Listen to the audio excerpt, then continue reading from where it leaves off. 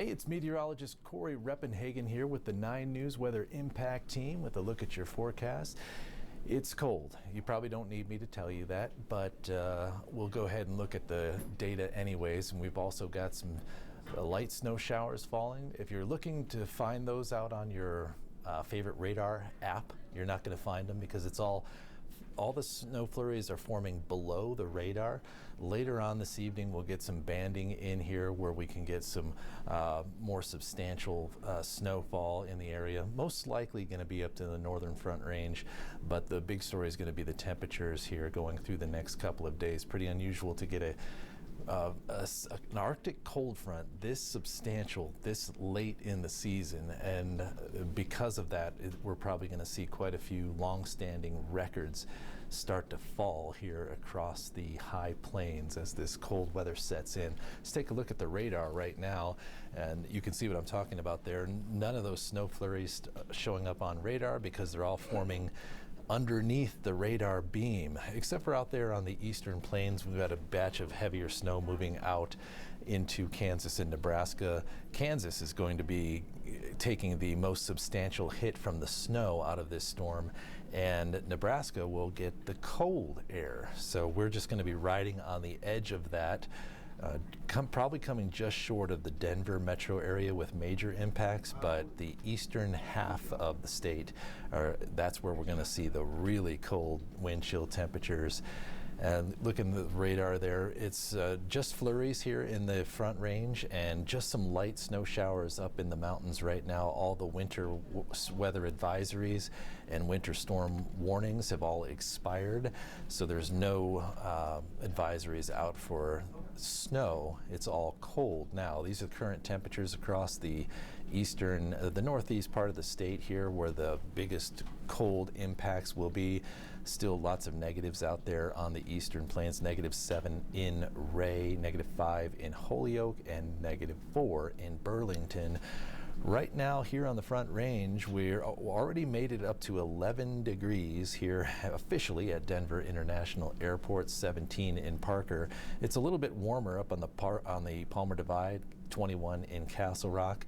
And the foothills, they've got some sunshine with some temperatures above freezing right now. All this cold air, the cold air is very heavy, and so it stays stuck to the ground, and it's only about 1,000 to 2,000 feet deep.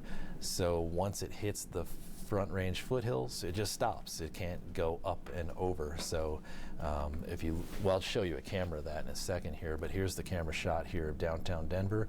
You can see the flurries falling on the camera there with that low cloud layer hanging just slightly above the high towers of the downtown Denver skyline. Here's the shot from Lookout Mountain though, and you can literally see that cold air sitting right over the front range and the eastern plains, and it can't quite reach up into the foothills. You can see the air pushing upwards. If we sat on this camera for about 5-10 minutes, you'd see the air flow back down and then back up because it's pushing up against the foothills, trying to make it over, but it's just too heavy and too dense to actually push its way over the front range foothills. So it's just going to be stuck right here where we are. Here's the forecast going through the day here in Denver, getting up to maybe 15 degrees. We probably will actually get warmer than that if we're already up to 11 degrees at Denver International Airport. And the modeling that we're looking here is pretty enthusiastic about getting this cold pool of clouds to push out. You see that this computer model has the Denver metro area in the clear of this really thick cloud layer here by about 2 o'clock. So that is possible. Once it starts clearing, it can clear out quick, and as we've already seen, it's clear kind of on parts of the Palmer Divide and the foothills. So that'll just kind of start pushing away, and then that'll of course remove the flurries from the scene, but then we'll get another cloud layer to move in back this evening, and that one could bring some flurries back to the Denver metro area. But what we'll be watching more for is the snow bands to return to the area. And these will most likely be a little bit more long lasting and more substantial. So instead of getting a ½ inch with every band, you could get more like an inch. So if you get multiple bands, you end up with 2 or 3 inches, maybe 4. But the most likely location to find these bands today will be on the northern Front Range and the northeast plains. Fort Collins, Greeley, Fort Morgan could likely be involved in this banding, although most of the modeling keeps the bulk of it just out of that area. So places like Sterling, Holyoke, Akron, Yuma, Julesburg, that's where you'll see the big impacts from that band. Down in the metro area, most likely just going to see another less than a ½ inch of accumulation out of mostly flurries and some quick banding underneath the edge of that bigger banding. And then once we get into Wednesday morning, we'll see that cloud layer recede once again, probably by about 11 o'clock in the morning.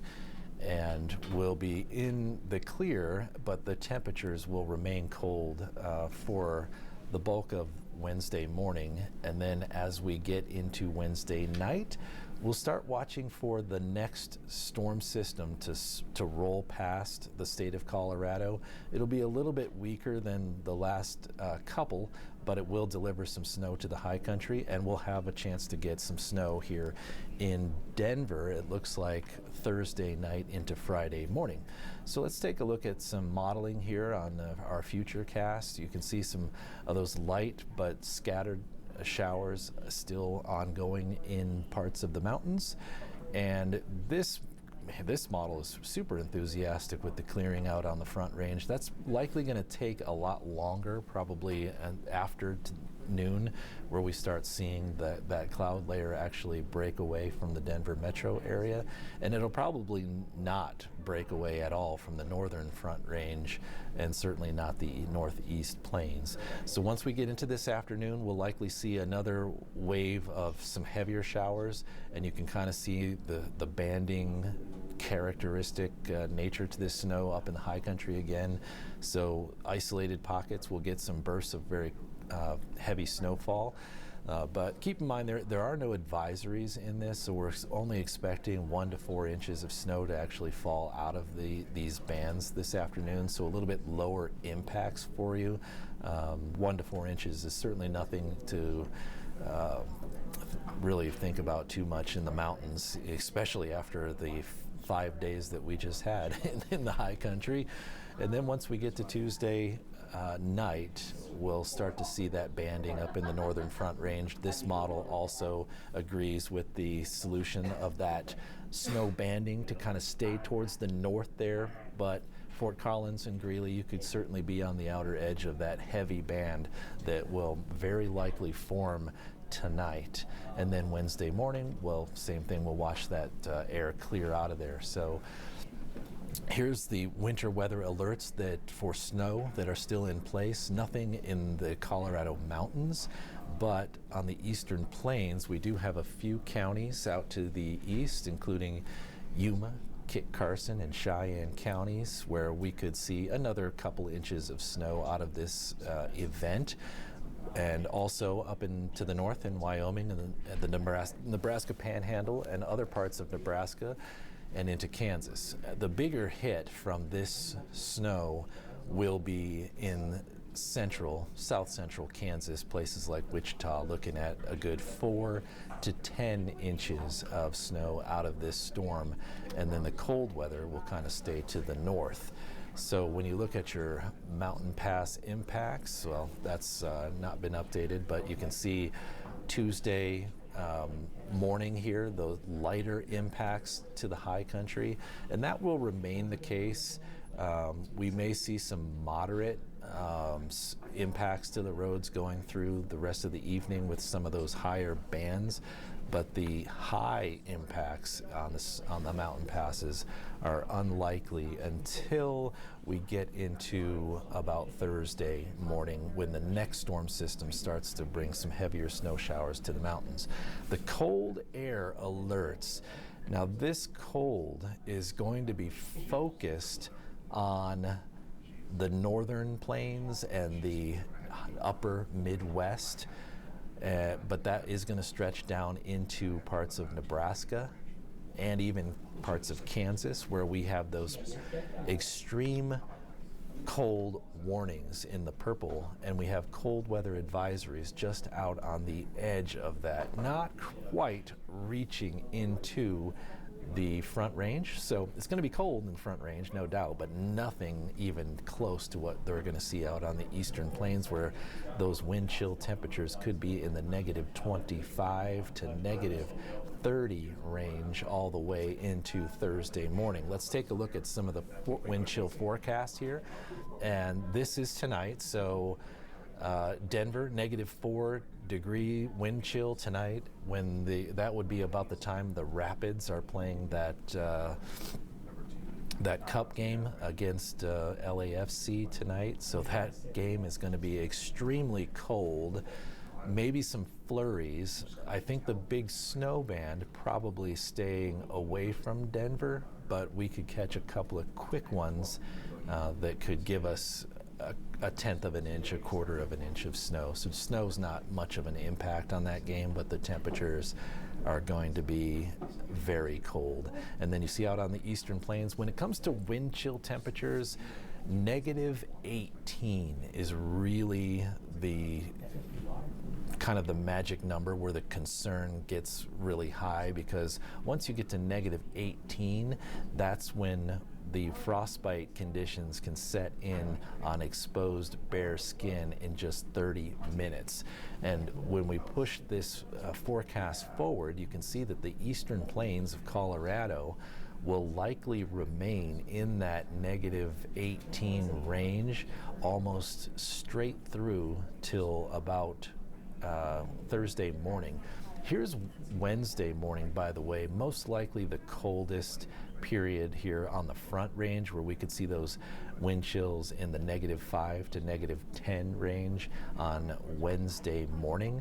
And then we'll gradually work our way out of that. Wednesday night into Thursday morning, still going to be very cold, and that will also be about the time when we introduce our next storm system coming in here with a little bit more snow.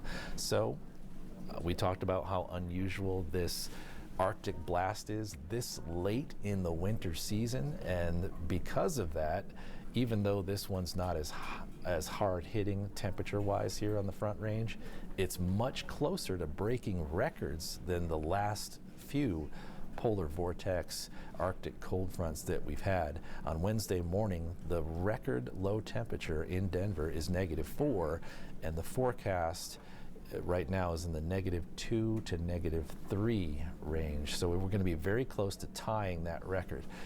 So let me take a look at the weather pattern for you here to see what lies ahead. You can see that storm system hanging out there to the northeast of Colorado. That's what's going to pull down that Arctic air, and that is also what delivered the last couple of rounds of snow to the Colorado high country. That's going to move off into the Great Lakes region here and to Thursday, and then you see that next little bend or trough in the jet stream here coming towards us from the northwest. That is the little storm system here that's going to bring some more snow into the high country Wednesday night through Friday night, and it will bring a little snow to the Denver metro area and parts of the Front Range on Thursday night into Friday morning.